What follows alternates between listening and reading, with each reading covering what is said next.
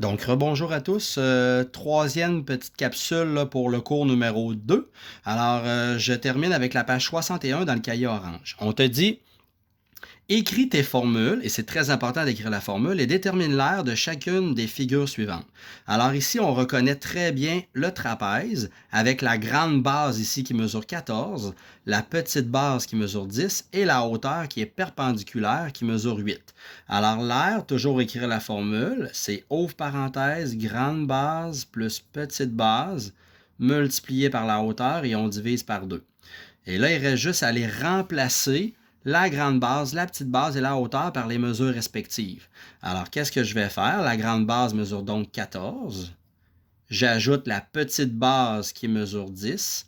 Je multiplie par la hauteur qui est de 8 et je divise par 2.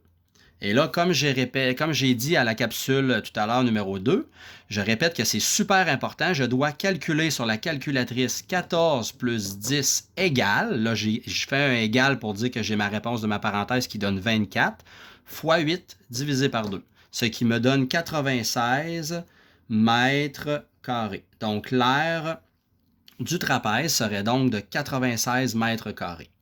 Ensuite, la lettre B, nous avons un losange. On a utilisé ici là, une parenthèse ici pour représenter là, la longueur de la grande diagonale. On voit ici du point C au point A, la longueur de la grande diagonale mesure 32 et la longueur de la petite diagonale, qui est la longueur de D jusqu'à B, c'est de 15 décimètres. Alors, le losange, ça sera donc grande diagonale fois petite diagonale divisé par 2. La grande diagonale, elle est de 32, donc je remplace D majuscule par 32. Je remplace la petite diagonale par 15 et je calcule ça simplement avec l'aide de la calculatrice. 32 multiplié par 15 divisé par 2, ce qui va me donner 240 décimètres carrés. Donc, l'aire de ce losange-là serait de 240 décimètres carrés. Poursuivons maintenant avec l'analyse du triangle isocèle que voici. Alors, on voit un triangle ABC dont la base est de 13 cm et la hauteur, toujours de façon perpendiculaire, on n'oublie pas, est de 22 cm.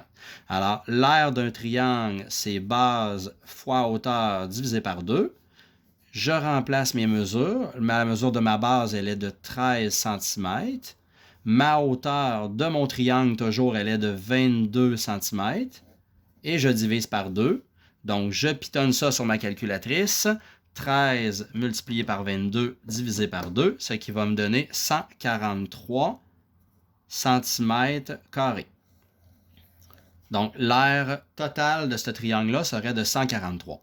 Maintenant, le dernier de la page, toujours à la page 61, on a un triangle obtusangle. Regardez ici, là, l'angle est obtus, comme j'ai affirmé tout à l'heure, un petit peu plus tôt dans ma deuxième capsule.